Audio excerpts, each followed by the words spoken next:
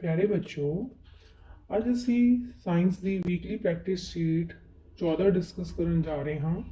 ਅੱਜ ਅਸੀਂ class 9th ਦੀ ਪਹਿਲੇ ਸਾਇੰਸ ਦੀ ਸੀਪੀ ਦੇ ਤਹਿਤ ਵੀਕਲੀ ਪ੍ਰੈਕਟਿਸ ਸ਼ੀਟ 14 ਡਿਸਕਸ ਕਰਨ ਜਾ ਰਹੇ ਹਾਂ। ਤੁਸੀਂ ਇਸ ਵੀਡੀਓ ਨੂੰ ਧਿਆਨ ਨਾਲ ਦੇਖੋ ਅਤੇ ਸਾਡੇ ਚੈਨਲ ਨੂੰ ਸਬਸਕ੍ਰਾਈਬ ਕਰੋ ਤਾਂ ਕਿ ਹਰ ਵੀਡੀਓ ਦੀ ਨੋਟੀਫਿਕੇਸ਼ਨ ਤੁਹਾਨੂੰ ਸਭ ਤੋਂ ਪਹਿਲੇ ਪਹੁੰਚ ਸਕੇ। ਤੁਸੀਂ ਨਾਲ ਦੇ ਨਾਲ ਹੀ ਇਸ ਕੁਐਸਚਨ ਨੂੰ ਨੋਟ ਕਰ ਸਕਦੇ ਹੋ ਅਤੇ ਸਕਰੀਨਸ਼ਾਟ ਲੈ ਸਕਦੇ ਹੋ। ਪਹਿਲਾ ਕੁਐਸਚਨ ਹੈ, ਇੱਕ ਵਿਦਿਆਰਥੀ ਵਿਗਿਆਨ ਪ੍ਰਯੋਗਸ਼ਾਲਾ ਵਿੱਚ ਪ੍ਰਕਾਸ਼ ਦੀ ਕਿਰਨ ਨੂੰ ਸਮਤਲ ਦਰਪਣ ਤੇ ਟਕਰਾਉਂਦਾ ਹੈ। ਕਿਰਨ ਦਾ ਆਪਾਤੀ ਕੋਣ 60 ਡਿਗਰੀ ਹੈ। ਇਸ ਜਾਣਕਾਰੀ ਦੇ ਆਧਾਰ ਤੇ ਦੱਸੋ ਕਿ ਪਰਾਵਰਤਨ ਕੋਣ ਕਿੰਨਾ ਹੋਵੇਗਾ। ਔਰ ਇਹ ਸ਼ੀਟ ਜਿਹੜੀ ਆ ਪੰਜਾਬੀ ਚ ਵੀ ਆਈ ਹੈ ਤੇ ਇੰਗਲਿਸ਼ ਚ ਵੀ ਆਈ ਹੈ, ਇਸ ਲਈ ਦੋਨੋਂ ਮੀਡੀਅਮ ਦੇ ਜਿਹੜੇ ਬੱਚੇ ਆ ਇਸ ਸ਼ੀਟ ਨੂੰ ਕਰ ਸਕਦੇ ਨੇ। A student in a science laboratory directs a ray of light onto a plane mirror. The angle of incidence of the ray is 60 degree. Based on this information, what will be the angle of reflection? ਕਹਿੰਦਾ ਅਗਰ ਕਿਸੇ ਸਮਤਲ ਦਰਪਣ ਦੇ angle of incidence ਜਿਹੜਾ ਉਹ ਆਪਾਤੀ ਕਿਰਨ ਜਿਹੜੀ ਹੈ ਸਾਨੂੰ 60 ਡਿਗਰੀ ਦਾ ਕੋਣ ਬਣਾ ਰਹੀ ਹੈ, ਤਾਂ ਰਿਫਲੈਕਸ਼ਨ ਦਾ ਐਂਗਲ ਕਿੰਨਾ ਹੋਏਗਾ। ਸਾਨੂੰ ਪਤਾ ਹੈ ਐਂਗਲ ਆਈ ਜਿਹੜਾ ਐਂਗਲ ਆਰ ਦੇ ਬਰਾਬਰ ਹੁੰਦਾ ਹੈ, ਇਸ ਲਈ ਜਿਹੜਾ ਰਿਫਲੈਕਸ਼ਨ ਕੋਣ ਹੈ ਜਾਂ ਪ੍ਰਵਰਤਨ ਕੋਣ ਹੈ ਉਹ ਵੀ ਕਿੰਨਾ ਹੋਏਗਾ, 60 ਡਿਗਰੀ। ਦੂਸਰਾ ਪ੍ਰਸ਼ਨ, ਸਾਇੰਸ ਪ੍ਰਯੋਗਸ਼ਾਲਾ ਅੰਦਰ ਅਧਿਆਪਕ ਨੇ ਦੋ ਤਰਲ ਪਦਾਰਥਾਂ X ਅਤੇ Y ਲਏ ਹਨ ਅਤੇ ਉਹਨਾਂ ਨੂੰ ਉਬਾਲਿਆ। ਇੱਕ ਤਰਲ ਦਾ ਉਬਾਲ ਦਰਜਾ 130 ਡਿਗਰੀ ਸੈਲਸੀਅਸ ਨਿਕਲਿਆ ਅਤੇ ਦੂਸਰਾ 190 ਡਿਗਰੀ ਸੈਲਸੀਅਸ ਤੇ ਉਬਾਲ ਖਾਣ ਲੱਗਾ। ਇਸ ਜਾਣਕਾਰੀ ਦੇ ਆਧਾਰ ਤੇ ਹੇਠ ਲਿਖਿਆਂ ਵਿੱਚੋਂ ਦੋਨੋਂ ਤਰਲਾਂ ਦੋਨੋਂ ਵਿਚਾਲੇ ਕਿਸ ਤਰ੍ਹਾਂ ਦਾ ਖਿੱਚ ਬਲ ਸੰਭਵ ਹੈ। ਦੇਖੋ, ਇੱਕ ਸਾਨੂੰ ਲਿਕੁਇਡ ਦਿੱਤਾ ਹੈ X ਜਿਹਦਾ ਕਿ ਬੋਇਲਿੰਗ ਪੁਆਇੰਟ ਜਾਂ ਉਬਾਲ ਦਰਜਾ ਹੈ 130 ਡਿਗਰੀ ਸੈਲਸੀਅਸ। ਇੱਕ ਸਾਨੂੰ ਲਿਕੁਇਡ ਦਿੱਤਾ ਹੈ Y ਜਿਹਦਾ ਕਿ ਉਬਾਲ ਬਿੰਦੂ 190 ਡਿਗਰੀ ਸੈਲਸੀਅਸ ਜਾਂ 190 ਡਿਗਰੀ ਸੈਲਸੀਅਸ ਹੈ।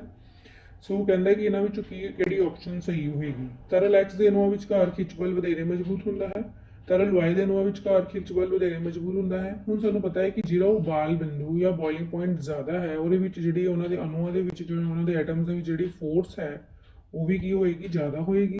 ਇਸ ਲਈ ਇਹਦੇ ਵਿੱਚ ਆਪਸ਼ਨ B ਆਏਗੀ, ਤਰਲ Y ਦੇ ਅਣੂਆਂ ਵਿਚਕਾਰ ਖਿੱਚ ਬਲ ਵਧੇਰੇ ਮਜ਼ਬੂਤ ਹੁੰਦਾ ਹੈ, ਜਾਂ the force of attraction among the molecules in the liquid Y is stronger because liquid Y have more boiling point। ਸੋ ਨਾਲ ਦੇ ਨਾਲ ਹੀ ਇੰਗਲਿਸ਼ ਮੀਡੀਅਮ ਵਾਲੇ ਬੱਚੇ ਵੀ ਦੇਖ ਸਕਦੇ ਨੇ। ਤੀਸਰਾ, ਮੋਹਨ ਦੇ ਕੱਪੜਿਆਂ ਤੇ ਹਲਦੀ ਵਾਲਾ ਦਾਗ ਲੱਗ ਗਿਆ। ਉਸਨੇ ਦਾਗ ਉਤਾਰਨ ਲਈ ਵੱਖ-ਵੱਖ ਪਦਾਰਥਾਂ ਦਾ ਪ੍ਰਯੋਗ ਕੀਤਾ। ਉਹ ਦੇਖਦਾ ਹੈ ਕਿ ਦਾਗ ਦਾ ਰੰਗ ਲਾਲ ਹੋ ਜਾਂਦਾ ਹੈ। ਜਦੋਂ ਹੇਠ ਲਿਖਿਆਂ ਵਿੱਚੋਂ ਕਿਸੇ ਇੱਕ ਪਦਾਰਥ ਦੀ ਵਰਤੋਂ ਕਰਦਾ ਜਾਂਦਾ ਹੈ, ਇਸ ਪਦਾਰਥ ਦੀ ਪਛਾਣ ਕਰੋ। ਸਾਬਣ, ਨਿੰਬੂ ਦਾ ਰਸ, ਸਿਰਕਾ ਕਿ ਦਹੀਂ। Mohan accidentally stains his clothes with turmeric. He experiments with different substances for removing the stain. He notices that the stain turns red when one specific substance is applied. Identify that substance। ਹੁਣ ਤੁਸੀਂ ਜਾਣਦੇ ਹੋ ਕਿ ਜਦੋਂ ਸਾਡੇ ਕੱਪੜਿਆਂ ਤੇ ਹਲਦੀ ਲੱਗ ਜਾਂਦੀ ਹੈ, ਟਰਮਰਿਕ ਲੱਗ ਜਾਂਦੀ ਹੈ, ਤਾਂ ਅਸੀਂ ਅਗਰ ਉਹਨੂੰ ਸਾਬਣ ਨਾਲ ਧੋਣ ਦੀ ਕੋਸ਼ਿਸ਼ ਕਰਦੇ ਹਾਂ ਤਾਂ ਸਾਡਾ ਜਿਹੜਾ ਦਾਗ ਹੈ ਉਹ ਲਾਲ ਰੰਗ ਦਾ ਹੋ ਜਾਂਦਾ ਹੈ। ਇਸ ਲਈ ਉਹਨੇ ਕਹਿੰਦਾ ਕਿ ਕਿਹੜੇ ਪਦਾਰਥ ਦੀ ਵਰਤੋਂ ਕੀਤੀ ਹੈ, ਕਿਸ ਵਿੱਚ ਸਪੈਸੀਫਿਕ ਸਬਸਟੈਂਸ ਹੀ ਯੂਜ਼, ਸੋਪ, ਸਾਬਣ। ਸੋ ਪਹਿਲੀ ਆਪਸ਼ਨ ਆਏਗੀ। ਨੈਕਸਟ ਪ੍ਰਸ਼ਨ ਹੈ, ਇਲੈਕਟ੍ਰੀਸ਼ੀਅਨ ਦੁਆਰਾ ਬਿਜਲੀ ਸਰਕਟ ਨੂੰ ਸੁਰੱਖਿਅਤ ਰੱਖਣ ਲਈ MCB ਨੂੰ ਕਿਸ ਤਾਰ ਨਾਲ ਜੋੜਿਆ ਜਾਂਦਾ ਹੈ। ਲਾਈਵ ਤਾਰ ਨਾਲ, ਭੂ ਤਾਰ ਨਾਲ, ਫਿਊਜ਼ ਤਾਰ ਨਾਲ, ਕਿ ਉਦਾਸੀਨ ਤਾਰ ਨਾਲ। MCB is connected to which wire to make an electric circuit safe? To the live wire, to the earth wire, to a fuse, to the neutral wire। MCB ਨੂੰ ਲਾਈਵ ਵਾਇਰ ਨਾਲ ਜੋੜਿਆ ਜਾਂਦਾ ਹੈ। ਪੰਜਵਾਂ ਪ੍ਰਸ਼ਨ, ਫਿਫਥ ਕੁਐਸਚਨ, ਸਰਤਾਜ ਚੁੰਬਕੀ ਗੁਣਾਂ ਬਾਰੇ ਅਧਿਐਨ ਕਰ ਰਿਹਾ ਹੈ ਅਤੇ ਉਸਨੇ ਕੁਦਰਤੀ ਚੁੰਬਕਾਂ ਦਾ ਖਾਸ ਗੁਣ ਨੋਟ ਕੀਤਾ। ਹੇਠ ਲਿਖਿਆਂ ਵਿੱਚੋਂ ਕਿਹੜਾ ਕੁਦਰਤੀ ਚੁੰਬਕ ਦਾ ਗੁਣ ਹੋ ਸਕਦਾ ਹੈ। Sartaj is studying magnetic properties and notices a specific characteristic in natural magnets. Identify the character of natural magnet from the following। ਇਹ ਸਥਾਈ ਹੁੰਦੇ ਹਨ, ਇਹ ਅਸਥਾਈ ਹੁੰਦੇ ਹਨ, ਇਹ ਬਿਜਲੀ ਚੁੰਬਕ ਵਾਂਗ ਕੰਮ ਕਰਦੇ ਹਨ, ਇਹ ਛੜ ਆਕਾਰ ਦੇ ਹੁੰਦੇ ਹਨ। They are permanent, they are temporary, they work like electromagnets, they are bar shaped magnets। ਸੋ ਇਹ ਸਥਾਈ ਹੁੰਦੇ ਹਨ, they are permanent। This is the answer। ਨਾਲ ਦੇ ਨਾਲ ਤੁਸੀਂ ਬੇਟਾ ਕੁਐਸਚਨ ਨੋਟ ਕਰਦੇ ਜਾਓ। ਹੁਣ ਅਸੀਂ ਅਗਲੇ ਪ੍ਰਸ਼ਨ ਤੇ ਆ ਰਹੇ ਹਾਂ।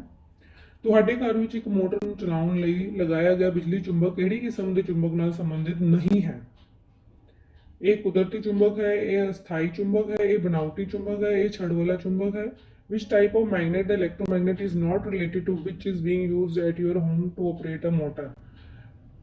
ਸੋ ਕਹਿੰਦਾ ਕਿ ਜਿਹੜਾ ਮੋਟਰ, ਜਿਹੜੇ ਘਰਾਂ ਵਿੱਚ ਸਾਡੇ ਮੋਟਰ ਹੈ ਉਹਨਾਂ ਵਿੱਚ ਜਿਹੜੀ ਚੁੰਬਕ ਲਗਾਈ ਗਈ ਔਰ ਇਹਦੇ ਵਿੱਚੋਂ ਕਿਹੜਾ ਜਿਹੜਾ ਉਹਦਾ ਨਹੀਂ ਹੈ, ਉਹ ਚੁੰਬਕ ਕਿਹੜੀ ਕਿਸਮ ਦੀ ਉਹ ਨਹੀਂ ਹੁੰਦੀ, ਉਹ ਇਹ this is a permanent magnet, ਮਤਲਬ ਇਹ ਪਰਮਾਨੈਂਟ ਮੈਗਨੇਟ ਨਹੀਂ ਹੁੰਦੀ। ਸੋ ਇਹ ਜਿਹੜਾ ਇਹਦਾ ਆਨਸਰ ਇਹ ਆਏਗਾ।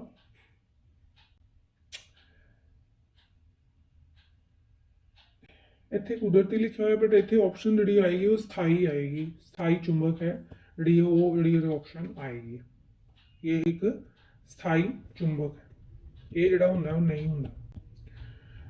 ਸੋ 6 ਕੁਐਸਚਨ ਦਾ ਆਨਸਰ ਹੋ ਗਿਆ। 7th ਐਸਿਡਿਟੀ ਤੋਂ ਜਲਦ ਰਾਹਤ ਲਈ ਘਰੇਲੂ ਰਸੋਈ ਵਿੱਚੋਂ ਹੇਠ ਲਿਖਿਆ ਵਿੱਚੋਂ ਕੀ ਵਰਤਿਆ ਜਾਂਦਾ ਹੈ? ਜਦੋਂ ਸਾਨੂੰ ਐਸਿਡਿਟੀ ਹੋ ਜਾਂਦੀ ਤਾਂ ਅਸੀਂ ਘਰੇਲੂ ਰਸੋਈ ਵਿੱਚੋਂ ਕੀ ਲੈਂਦੇ ਹਾਂ? What can be used from the kitchen from the following to provide quick relief from the acidity? ਸਿਰਕਾ, ਨਿੰਬੂ ਪਾਣੀ, ਚਾਹ, baking soda, vinegar, lemon water, tea ਕੀ ਬੇਕਿੰਗ ਸੋਡਾ? ਬੇਕਿੰਗ ਸੋਡਾ ਜਿਹੜਾ ਇਹਦਾ ਆਨਸਰ ਹੈ।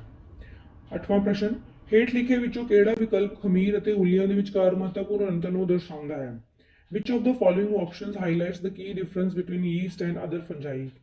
So की option है खमीर एक यूकैरियोटिक जीव है, खमीर एक गैर हरा जीव है, खमीर एक सैली जीव है, खमीर प्रजनन नहीं करता, yeast is a eukaryotic organism, yeast is a non-green organism, yeast is a unicellular organism, yeast does not produce. So जो key difference है ना yeast and fungi तो है कि yeast जो है वो unicellular organism है, खमीर एक सैली जीव है। 9वां प्रश्न, ਅਧਿਆਪਕ ਨੇ ਕਲਾਸ ਵਿੱਚ ਸਵਾਲ ਕੀਤਾ ਕਿ ਖਮੀਰ ਸਾਹ ਲੈਣ ਸਮੇਂ ਅਲਕੋਹਲ ਪੈਦਾ ਕਰਦਾ ਹੈ, ਇਹ ਪ੍ਰਕਿਰਿਆ ਵਿਲੱਖਣ ਕਿਉਂ ਹੁੰਦੀ ਹੈ? The teacher asked the class that yeast produces alcohol during respiration. Why this process is unique? ਇਹ ਖਮੀਰ ਸੈੱਲਾਂ ਨੂੰ ਖਮੀਰਨ ਕਰਦੀ ਹੈ, ਇਹ ਆਕਸੀਜਨ ਦੀ ਮੌਜੂਦਗੀ ਵਿੱਚ ਹੁੰਦੀ ਹੈ, ਇਹ ਗਲੂਕੋਜ਼ ਨੂੰ ਤੋੜਦੀ ਹੈ, ਇਹ ਕਾਰਬਨ ਡਾਈਆਕਸਾਈਡ ਦੀ ਮੌਜੂਦਗੀ ਵਿੱਚ ਹੁੰਦੀ ਹੈ। It breaks down glucose, it occurs in the presence of oxygen, it ferments yeast cells, it occurs in the presence of carbon dioxide.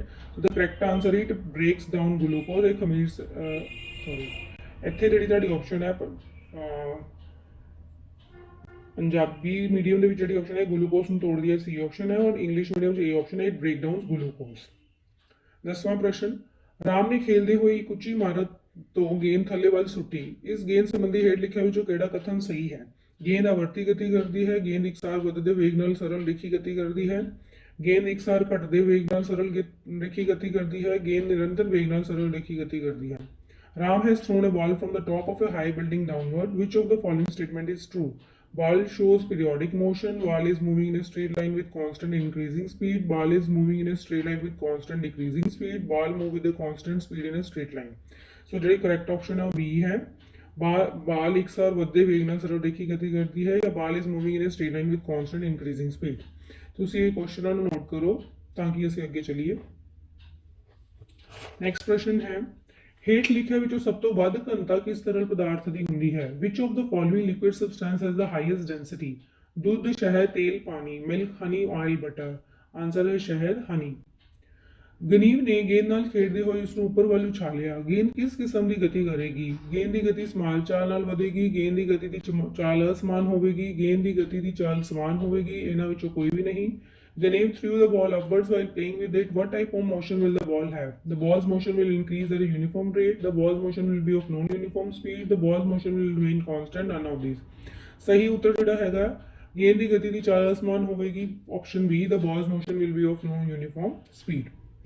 13ਵਾਂ, ਨਵੀਨ ਨੇ ਇੱਕ ਬੀਕਰ ਵਿੱਚ ਪਾਣੀ, ਸ਼ਹਿਦ ਅਤੇ ਮਿੱਟੀ ਦਾ ਤੇਲ ਮਿਲਾਇਆ, ਫਿਰ ਉਸਨੇ ਬੀਕਰ ਵਿੱਚ ਇੱਕ ਲੋਹੇ ਦੀ ਚਾਬੀ ਸੁੱਟੀ, ਉਸ ਦੁਆਰਾ ਪਾਈ ਚਾਬੀ ਕਿੱਥੇ ਜਾਵੇਗੀ? ਕਿਉਂਕਿ ਸਾਨੂੰ ਪਤਾ ਹੈ ਪਾਣੀ, ਸ਼ਹਿਦ ਤੇ ਮਿੱਟੀ ਦੇ ਵਿੱਚੋਂ ਚਾਬੀ ਜਿਹੜੀ ਹੈ ਉਹ ਸਭ ਤੋਂ ਜ਼ਿਆਦਾ ਡੈਂਸ ਹੈ, ਤੇ ਦੇਖਦੇ ਹਾਂ ਕੀ ਆਪਸ਼ਨ ਆਏਗੀ। Naveen mix water, honey and kerosene oil in a beaker, then he dropped an iron key into the beaker, where will his key settle? ਚਾਬੀ ਮਿੱਟੀ ਦੇ ਤੇਲ ਦੀ ਸਤਹ ਤੇ ਤੈਰੇਗੀ, ਚਾਬੀ ਸ਼ਹਿਦ ਦੀ ਉੱਪਰਲੀ ਪਰਤ ਤੇ ਤੈਰੇਗੀ, ਚਾਬੀ ਬੀਕਰ ਦੇ ਤਲ ਤੇ ਬੈਠ ਜਾਵੇਗੀ, ਚਾਬੀ ਪਾਣੀ ਦੀ ਸਤਹ ਤੇ ਤੈਰੇਗੀ। The key will float on the kerosene surface, the key will float on the honey, the key will sink to the bottom of beaker, the key will float on the water surface, so the key will sink to the bottom of the beaker। ਚਾਬੀ beaker ਦੇ ਤਲ ਤੇ ਬੈਠ ਜਾਵੇਗੀ। 14ਵਾਂ ਪ੍ਰਸ਼ਨ, ਤਿੰਨ ਸਥਾਨਾਂ ਲਈ ਦਿੱਤੇ ਗਏ ਵਾਯੂਮੰਡਲੀ ਦਬਾਅ ਦੇ ਅੰਕੜਿਆਂ ਦੇ ਆਧਾਰ ਤੇ A, B ਅਤੇ C ਸਥਾਨਾਂ ਦੀ ਉਚਾਈ ਬਾਰੇ ਕੀ ਨਤੀਜਾ ਕੱਢਿਆ ਜਾ ਸਕਦਾ ਹੈ? ਵਾਯੂਮੰਡਲੀ ਦਬਾਅ ਦਿੱਤੇ ਹੈ ਤੁਹਾਨੂੰ, ਸਥਾਨ A, B, C ਦੇ ਦਿੱਤਾ ਹੈ 3937 ਇਹਦੀ ਵੈਲਿਊ ਹੈ, B ਦੀ 4450, C ਦੀ 57000। ਹੁਣ ਸਾਨੂੰ ਪਤਾ ਹੈ ਕਿ ਜਿੰਨਾ ਅਸੀਂ ਉਚਾਈ ਤੇ ਜਾਂਦੇ ਜਾਈਏ ਦਬਾਅ ਜਿਹੜਾ ਘਟਦਾ ਜਾਂਦਾ ਹੈ, ਇਸ ਲਈ A ਦਾ ਸਭ ਤੋਂ ਘੱਟ ਦਬਾਅ ਹੈ, ਇਸ ਲਈ ਸਭ ਤੋਂ ਉੱਚਾ ਸਥਾਨ ਕਿਹੜਾ ਹੈ? A the. So A is the highest place.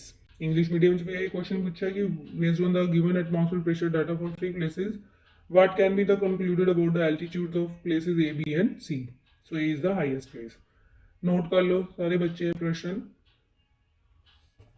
15वां प्रश्न, चित्र ਵਿੱਚ ਦਿੱਤੇ ਸਰਕਟ ਵਿੱਚ ਕੀ ਨੁਕਸ ਹੈ? ਤੁਸੀਂ ਇਹ ਚਿੱਤਰ ਦੇਖੋ, ਸਵਿਚ ਲੱਗਾ ਤਾਂ ਲੱਗਾ ਬੈਟਰੀ ਦਾ ਮਾਈਨਸ ਨੂੰ ਮਾਈਨਸ ਨਾਲ ਹੀ ਜੋੜਿਆ ਹੈ। ਸੋ ਸਵਿਚ ਖੁੱਲਾ ਹੈ, ਬਲਬ ਨੂੰ ਸਹੀ ਸਥਾਨ ਤੇ ਨਹੀਂ ਲਗਾਇਆ ਗਿਆ, ਬੈਟਰੀ ਨੂੰ ਸਹੀ ਕ੍ਰਮ ਵਿੱਚ ਨਹੀਂ ਜੋੜਿਆ ਗਿਆ, ਜੋੜਕ ਤਾਰਾਂ ਟੁੱਟੀਆਂ ਹੋਈਆਂ ਹਨ।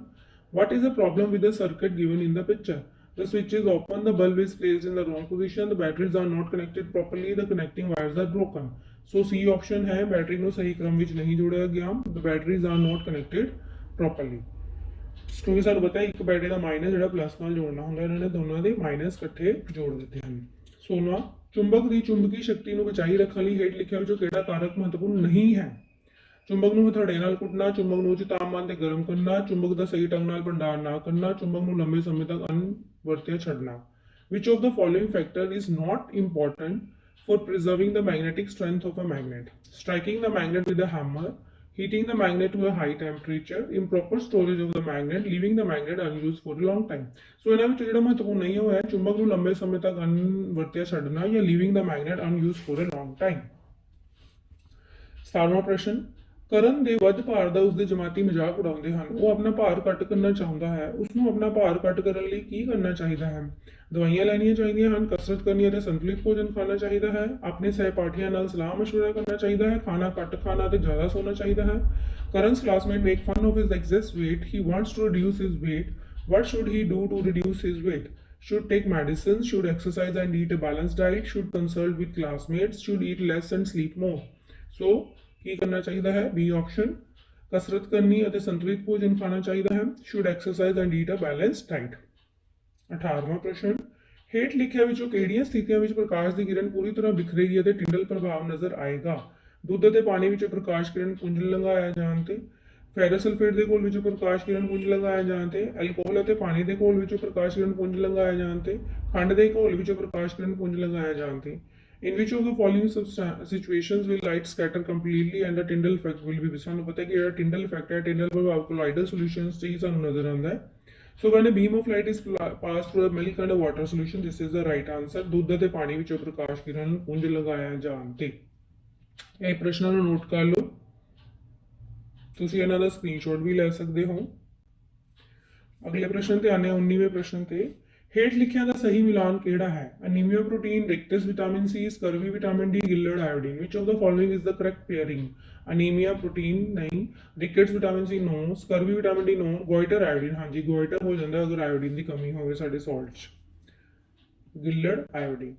20ਵਾਂ ਪ੍ਰਸ਼ਨ ਜਿਮ ਵਿੱਚ ਕਸਰਤ ਕਰਦੇ ਸਮੇਂ ਅਵਤਾਰ ਦੀਆਂ ਮਾਸਪੇਸ਼ੀਆਂ ਵਿੱਚ ਚੋਟ ਆ ਗਈ, ਡਾਕਟਰ ਨੇ ਉਸ ਨੂੰ ਹੇਠ ਲਿਖਿਆ ਵਿੱਚੋਂ ਕਿਹੋ ਜਿਹੇ ਭੋਜਨ ਦਾ ਸੇਵਨ ਕਰਨ ਨੂੰ ਕਿਹਾ? ਮੀਟ ਚਿਕਨਾਈ ਵਾਲਾ ਭੋਜਨ ਫਾਸਟ ਫੂਡ, ਮੀਟ ਦਾਲਾਂ ਪਨੀਰ ਫਲ ਅਤੇ ਹਰੀਆਂ ਪੱਤੇਦਾਰ ਸਬਜ਼ੀਆਂ, ਚੌਲ ਆਲੂ ਚਿਕਨਾਈ ਵਾਲਾ ਭੋਜਨ ਅਤੇ ਦਹੀਂ, ਸਿਰਫ ਅਨਾਜ ਅਤੇ ਫਾਸਟ ਫੂਡ।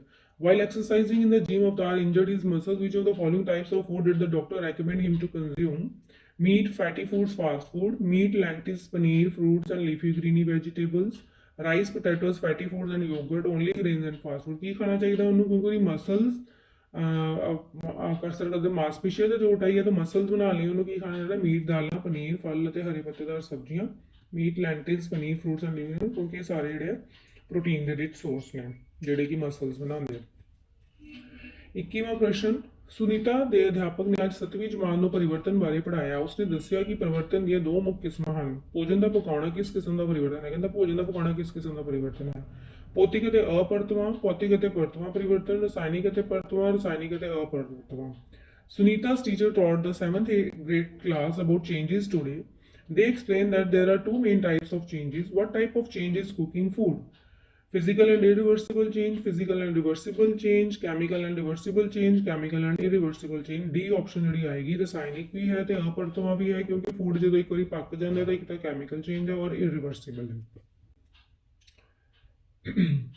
ਰਮੇਸ਼ ਨੇ ਇੱਕ ਚੁੰਬਕੀ ਕੰਬਾਸ ਦੀ ਵਰਤੋਂ ਕਰਕੇ ਧਰਤੀ ਦੇ ਚੁੰਬਕੀ ਖੇਤਰ ਦੀ ਪੜਤਾਲ ਕੀਤੀ। ਜੇਕਰ ਧਰਤੀ ਦਾ ਭੂਗੋਲਿਕ ਉੱਤਰੀ ਧਰੁਵ ਚੁੰਬਕੀ ਉੱਤਰੀ ਧਰੁਵ ਦੇ ਉੱਪਰ ਹੈ ਤਾਂ ਰਮੇਸ਼ ਦੇ ਕੰਬਾਸ ਦਾ ਉੱਤਰੀ ਧਰੁਵ ਕਿੱਥੇ ਸੰਕੇਤ ਕਰੇਗਾ? Ramesh used a magnetic compass to study the Earth's magnetic field. If the Earth's geographic north pole is directly above the magnetic north pole, where will the north pole of Ramesh compass point? So ਕਹਿੰਦਾ ਜਦੋਂ ਅਰਥ ਦਾ north ਪੋਲ ਨੂੰ ਅਗਰ ਅਸੀਂ magnetic north ਪੋਲ ਦੇ ਹੀ directly above ਹੈ ਤਾਂ ਜਿਹੜਾ ਰਮੇਸ਼ ਦਾ ਜਿਹੜਾ ਕੰਪਸ ਪੁਆਇੰਟ ਹੈ ਕਿੱਧਰ ਨੂੰ ਪੁਆਇੰਟ ਕਰੇਗਾ? ਭੂਗੋਲਿਕ ਉੱਤਰ, ਭੂਗੋਲਿਕ ਦੱਖਣ, ਭੂਗੋਲਿਕ ਪੂਰਬ, ਭੂਗੋਲਿਕ ਪੱਛਮ, ਜਿਓਗ੍ਰਾਫਿਕ ਨਾਰਥ, ਸਾਊਥ, ਈਸਟ ਔਰ ਵੈਸਟ। ਜਿਓਗ੍ਰਾਫਿਕ ਨਾਰਥ, ਭੂਗੋਲਿਕ ਉੱਤਰ। ਤੁਸੀਂ ਇਹਨਾਂ ਪ੍ਰਸ਼ਨਾਂ ਨੂੰ ਨੋਟ ਕਰ ਲਓ, ਤੁਸੀਂ ਇਹਨਾਂ ਦਾ ਸਕਰੀਨਸ਼ਾਟ ਵੀ ਲੈ ਸਕਦੇ ਹੋ। ਹੁਣ ਅਸੀਂ ਅੱਗੇ ਚੱਲਦੇ ਹਾਂ 23ਵੇਂ ਪ੍ਰਸ਼ਨ ਤੇ। ਰਾਜਵੀਰ ਨੂੰ ਅੱਜ ਪਤਾ ਲੱਗਿਆ ਕਿ ਹਲਦੀ ਇੱਕ ਕੁਦਰਤੀ ਸੂਚਕ ਹੈ। ਹਲਦੀ ਦੇ ਪੇਸਟ ਨੂੰ ਖਾਰ ਦੇ ਘੋਲ ਵਿੱਚ ਮਿਲਾਉਣ ਤੇ ਕਿਹੜਾ ਰੰਗ ਪ੍ਰਾਪਤ ਹੋਵੇਗਾ? ਨੀਲਾ, ਪੀਲਾ, ਹਰਾ, ਲਾਲ। Rajveer came to know today that turmeric is a natural indicator. On pouring solution of a base on a turmeric paste, which of the following color is observed? Blue, yellow, green, red. ਸਾਨੂੰ ਪਤਾ ਜਦੋਂ ਹਲਦੀ ਦੇ paste ਤੇ ਅਸੀਂ ਸਾਬਣ ਯਾਨੀ ਕਿ ਜਿਹੜਾ ਖਾਰ ਮਲਦੇ ਆ ਤਾਂ ਸਾਡਾ ਰੰਗ ਜਿਹੜਾ ਕਿ ਹੁੰਦਾ ਲਾਲ, ਸੋ ਆਪਸ਼ਨ ਆਏਗੀ ਰੈੱਡ ਔਰ ਲਾਲ। 24ਵਾਂ ਪ੍ਰਸ਼ਨ, ਇੱਕ ਭਾਰੀ ਲੋਹੇ ਦਾ ਬਲੌਕ ਜ਼ਮੀਨ ਤੇ ਰੱਖਿਆ ਗਿਆ ਹੈ। ਇੱਕ ਵਿਅਕਤੀ ਟੁਕੜੇ ਨੂੰ ਬਲ F ਅਤੇ ਰਗੜ ਬਲ F ਮਤਲਬ ਜਿਹੜਾ ਬਲ ਲਗਾਇਆ ਉਹ ਸਮਾਲ F ਤੇ ਜਿਹੜਾ ਰਗੜ ਬਲ ਹੈ ਉਹ ਕੈਪੀਟਲ F ਨਾਲ ਧੱਕਣ ਦੀ ਕੋਸ਼ਿਸ਼ ਕਰਦਾ ਹੈ, ਪਰ ਬਲੌਕ ਨਹੀਂ ਹਿਲਦਾ। ਦੇਖੋ ਬਲੌਕ ਤਦ ਹੀ ਨਹੀਂ ਹਿੱਲੇਗਾ ਜੇ ਰਗੜ ਬਲ ਜ਼ਿਆਦਾ ਹੋਏਗਾ ਲਗਾਏ ਗਏ ਬਲ ਤੋਂ। ਸੋ ਕਿਹੜੀ ਆਪਸ਼ਨ ਆਏਗੀ ਇਹਦੇ ਵਿੱਚ? ਤੁਹਾਨੂੰ ਕਿਹੜੀ ਆਪਸ਼ਨ ਲੱਗ ਰਹੀ ਹੈ? बी ऑप्शन लग रही है कि रगड़ बल जी बल तो ज़्यादा है। या heavy iron block is placed on the ground and a person tries to push the block with the force and frictional force capital F but the block does not move. This means frictional force is greater than applied force. So B option is the correct one. 25वां प्रश्न, चित्र ਵਿੱਚ ਦਿੱਤੇ ਅਨੁਸਾਰ ਇੱਕ container ਪਾਣੀ ਨਾਲ ਭਰਿਆ ਹੋਇਆ ਹੈ। ਦਬਾਅ ਨੂੰ ਬਿੰਦੂ A, B ਅਤੇ C ਲਈ ਹੇਠਾਂ ਦਿੱਤੇ ਵਿਕਲਪਾਂ ਵਿੱਚੋਂ ਕਿਹੜਾ ਸਹੀ ਹੈ? ਤੁਹਾਨੂੰ ਪਤਾ ਹੈ A ਜਿੰਨੀ ਜਿਹੜੀ ਹੈ ਡੂੰਘਾਈ ਵਧਦੀ ਜਾਏਗੀ ਪੁਆਇੰਟ ਦੀ ਉਨੀ ਹੀ ਉਹਦਾ ਜਿਹੜਾ ਦਬਾਅ ਜ਼ਿਆਦਾ ਹੈ। So container is filled with water as shown in the given figure which of the following statement is correct about the pressures at point A, B and C according to ਇਸ situation C ਤੇ ਜ਼ਿਆਦਾ pressure ਹੋਣਾ ਚਾਹੀਦਾ। So ਇੱਥੇ ਲਿਖੀ option pressure at B is equal to pressure at C ਨਹੀਂ, pressure at B is greater than at no, pressure at B is less then at ਯਾਨੀ ਕਿ ਪ੍ਰੈਸ਼ਰ C ਦਾ ਜ਼ਿਆਦਾ ਹੈ। ਸੋ ਥਰਡ ਆਪਸ਼ਨ ਜਿਹੜੀ ਹੈ ਉਹ ਸਾਨੂੰ ਸਹੀ ਲੱਗ ਰਹੀ ਹੈ, ਬਿੰਦੂ B ਦੇ ਦਬਾਅ ਜਿਹੜਾ ਬਿੰਦੂ C ਦੇ ਦਬਾਅ ਤੋਂ ਘੱਟ ਹੈ। चौथी ऑप्शन भी ठीक नहीं है क्योंकि उन्हें कहा कि pressure at C is less than pressure at A. So third option is correct. 26वां क्वेश्चन, एक कंटेनर पानी ਨਾਲ ਭਰਿਆ ਹੋਇਆ ਹੈ ਜਿਸ ਦੇ ਤਿੰਨ ਬਿੰਦੂ A, B ਅਤੇ C ਹਨ। ਇਹਨਾਂ ਬਿੰਦੂਆਂ ਦੇ ਲੱਗ ਰਿਹਾ ਦਬਾਅ P ਮਤਲਬ A ਤੇ B ਦੇ ਵਿੱਚ ਸਮਾਨ ਹੈ ਤੇ ਉਹ ਦੋਨਾਂ ਦਾ ਦਬਾਅ C ਤੋਂ ਘੱਟ ਹੈ। ਹੇਠ ਲਿਖੇ ਵਿੱਚੋਂ ਇਹਨਾਂ ਬਿੰਦੂਆਂ ਦੀ ਕੰਟੇਨਰ ਅੰਦਰ ਡੂੰਘਾਈ ਬਾਰੇ ਕਿਹੜਾ ਕਥਨ ਸਹੀ ਹੈ? ਬਿੰਦੂ A ਬਿੰਦੂ B ਨਾਲੋਂ ਜ਼ਿਆਦਾ ਡੂੰਘਾਈ ਤੇ ਹੈ ਨਹੀਂ ਕਿਉਂਕਿ ਦੋਨਾਂ ਦਾ ਸਮਾਨ ਹੈ। ਬਿੰਦੂ B ਬਿੰਦੂ A ਨਾਲੋਂ ਜ਼ਿਆਦਾ ਡੂੰਘਾਈ ਤੇ ਹੈ ਨਹੀਂ। ਬਿੰਦੂ A ਤੇ ਬਿੰਦੂ B ਦੋਵੇਂ ਬਿੰਦੂ C ਨਾਲ ਜ਼ਿਆਦਾ ਡੂੰਘਾਈ ਤੇ ਹਨ ਨਹੀਂ, ਜਿਹੜਾ ਜ਼ਿਆਦਾ ਹੈ ਉਹਦੀ ਡੂੰਘਾਈ ਜ਼ਿਆਦਾ ਹੈ ਨਾ। ਸੋ ਬਿੰਦੂ A ਤੇ ਬਿੰਦੂ B ਦੋਵੇਂ ਇੱਕ ਪੱਧਰ ਤੇ ਹਨ। ਹਾਂਜੀ ਡੀ ਆਪਸ਼ਨ ਜਿਹੜੀ ਉਹ ਠੀਕ ਲੱਗ ਰਹੀ ਹੈ। So a container is filled with water and has 3 points A, B and C. The pressure acting on these 3 points is this. Which of the following statement is correct about the depth of these points in a container? So point A and B are both at equal level. That is right answer है। Please note कर लो सारे। ਅੱਗੇ ਚੱਲਦੇ ਹਾਂ 27ਵੇਂ ਪ੍ਰਸ਼ਨ ਤੇ। ਇੱਕ rail ਗੱਡੀ ਸਿੱਧੀ ਪਟੜੀ ਤੇ ਚੱਲ ਰਹੀ ਹੈ ਤੇ ਦਿੱਤੇ ਕ੍ਰਮ ਵਿੱਚ ਸਟੇਸ਼ਨਾਂ A, B, C ਅਤੇ D ਨੂੰ ਪਾਰ ਕਰਦੀ ਹੈ। ਰੇਲ ਗੱਡੀ ਨੂੰ ਸਫ਼ਰ ਪੂਰਾ ਕਰਨ ਵਿੱਚ 2 ਘੰਟੇ ਲੱਗਦੇ ਹਨ ਅਤੇ ਹਰ ਇੱਕ ਸਟੇਸ਼ਨ ਦੇ ਵਿਚਕਾਰ ਦੀ ਦੂਰੀ ਸਾਰਣੀ ਵਿੱਚ ਦਿੱਤੀ ਗਈ ਹੈ। ਸਟੇਸ਼ਨ A ਅਤੇ D ਵਿਚਕਾਰ ਰੇਲ ਗੱਡੀ ਦੀ ਔਸਤ ਚਾਲ ਕਿੰਨੀ ਹੈ? ਦੇਖੋ A ਤੋਂ B ਫਿਰ A ਤੋਂ C ਉਹਨਾਂ ਨੇ 17 ਕਿਲੋਮੀਟਰ ਫਿਰ 51 ਫਿਰ A ਤੋਂ D ਜਿਹੜਾ ਯਾਨੀ ਕਿ A ਤੋਂ ਲੈ ਕੇ D ਤੱਕ ਜਿਹੜਾ ਡਿਸਟੈਂਸ ਉਹ 68 ਕਿਲੋਮੀਟਰ ਹੈ। A train is moving on a straight track passing stations A, B, C and D in the given order. The train takes 2 hours to complete the journey and the distance between the stations are given in the table below. ठीक है, उन्होंने कहा कि average speed का जो औसत चाल कर दो। हम देखो यानी कि जो डिस्टेंस अपने को 68 है तो टाइम कितना लग रहा है 2, इसलिए कितना आ जाएगा 34 kilometre per hour. B option जी सही है। 28वां प्रश्न, एक रेल ਗੱਡੀ ਸਿੱਧੀ ਪਟੜੀ ਤੇ ਚੱਲ ਰਹੀ ਹੈ ਤੇ ਦਿੱਤੇ ਕ੍ਰਮ ਵਿੱਚ ਸਟੇਸ਼ਨਾਂ A, B, C ਅਤੇ D ਨੂੰ ਪਾਰ ਕਰਦੀ ਹੈ। ਰੇਲ ਗੱਡੀ 20 ਕਿਲੋਮੀਟਰ ਪ੍ਰਤੀ ਘੰਟਾ ਦੀ ਰਫ਼ਤਾਰ ਨਾਲ 1 ਸਾਲ ਚੱਲ ਰਹੀ ਹੈ। ਹਰ ਇੱਕ ਸਟੇਸ਼ਨ ਵਿਚਕਾਰ ਦੂਰੀ ਸਾਰੀ ਵਿੱਚ ਦਿੱਤੀ ਗਈ ਹੈ।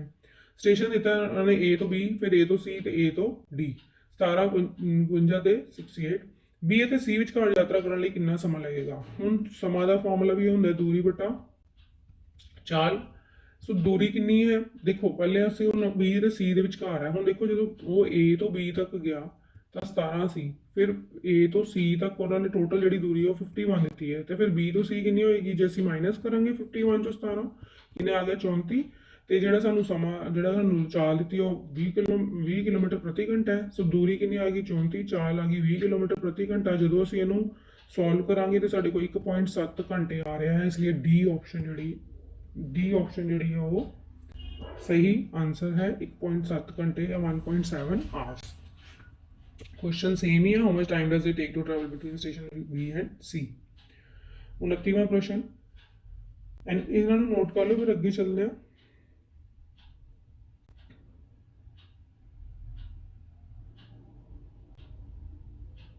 उनतीवां प्रश्न है, दिते गए विकल्पों विचों रसायनिक परिवर्तन बारे गलत कथन की पछाण करो। ਜਾਂ identify the incorrect statement about the chemical changes from the given option. ਬਲਨ ਕਿਰਿਆ ਤੇ ਸਾਹ ਕਿਰਿਆ ਦੋਵਾਂ ਨੂੰ ਆਕਸੀਜਨ ਦੀ ਲੋੜ ਹੁੰਦੀ ਹੈ। ਬਲਨ ਕਿਰਿਆ ਤੇ ਸਾਹ ਕਿਰਿਆ ਦੌਰਾਨ ਕਾਰਬਨ ਡਾਈਆਕਸਾਈਡ ਉਤਪਾਦ ਦੇ ਰੂਪ ਵਿੱਚ ਪੈਦਾ ਕਰਦੀਆਂ ਹਨ।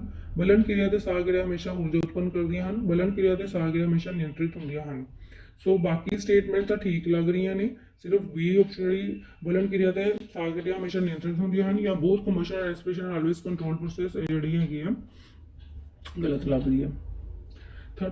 ਤੀਵਾਂ ਕੁਐਸਚਨ, ਰਾਮ ਕੋਲ ਇੱਕ ਸੀਟ P ਹੈ ਅਤੇ ਜੋ ਪੂਰੀ ਤਰ੍ਹਾਂ ਪਾਰਦਰਸ਼ੀ ਹੈ ਅਤੇ ਇੱਕ ਹੋਰ ਸ਼ੀਟ ਹੈ Q ਜੋ ਸਿਰਫ ਅੰਸ਼ਿਕ ਤੌਰ ਤੇ ਪਾਰਦਰਸ਼ੀ ਹੈ। ਜੇਕਰ ਉਹ ਸ਼ੀਟ P ਨੂੰ ਆਪਣੀ ਅੱਖਾਂ ਤੇ ਸ਼ੀਟ Q ਵਿਚਕਾਰ ਰੱਖਦਾ ਹੈ ਤਾਂ ਉਸ ਨੂੰ ਕੀ ਦਿਖਾਈ ਦੇਵੇਗਾ। ਦੇਖੋ P ਪਾਰਦਰਸ਼ੀ ਹੈ, Ram has a sheet P which is fully transparent and another sheet Q which is partially transparent. If Ram places sheet P between his eyes and sheet Q, what will be observed? ਉਹਨੂੰ Q ਦਿਖੇਗੀ ਨਾ ਕਿਉਂਕਿ ਪਾਰਦਰਸ਼ੀ ਹੈ P, so Q will appear clearly, Q ਸਾਫ਼ ਦਿਖਾਈ, P will clear partially, Q will appear partially, P will completely vanish, Q will appear clearly ਆਏਗਾ, Q ਨੂੰ ਸਾਫ਼ ਦਿਖੇਗੀ। ਇਹਦੇ ਵਿੱਚ Q ਸਾਫ਼ ਦਿਖਾਈ ਨਹੀਂ ਦੇਵੇਗਾ, ਇਹ ਜਿਹੜੀ ਹੈ ਕੁਐਸਚਨ ਆਪਸ਼ਨ ਠੀਕ ਨਹੀਂ ਦਿੱਤੀ, Q ਸਾਫ਼ ਦਿਖਾਈ ਦੇਵੇਗਾ ਆਏਗੀ। ਠੀਕ ਹੈ ਬੇਟਾ। ਸੋ ਸਾਰੇ ਬੱਚੇ ਤੁਹਾਡੇ 30 ਪ੍ਰਸ਼ਨ ਨੇ ਤੁਹਾਡੀ weekly science practice sheet 14 class 9 ਦੀ। ਇਹਨੂੰ ਚੰਗੀ ਤਰ੍ਹਾਂ ਸਾਰੇ ਕੁਐਸਚਨ ਦੇਖੋ, ਇਹਨਾਂ ਨੂੰ ਨੋਟ ਕਰੋ ਅਤੇ ਆਪਣੀ ਕਾਪੀਆਂ ਵਿੱਚ ਜ਼ਰੂਰ ਲਿਖੋ ਅਤੇ ਇਹਨਾਂ ਨੂੰ ਯਾਦ ਕਰੋ, ਤੇ ਤਾਂ ਕਿ ਤੁਹਾਡੇ ਨੈਕਸਟ ਐਗਜ਼ਾਮ ਦੀ ਜਿਹੜੇ 4 ਦਸੰਬਰ ਨੂੰ ਤੁਹਾਡਾ ਪੇਪਰ ਹੋਣ ਜਾ ਰਿਹਾ ਹੈ, ਤੁਹਾਡੀ ਚੰਗੀ ਤਰ੍ਹਾਂ ਤਿਆਰੀ ਹੋ ਸਕੇ। So all the best students, thank you.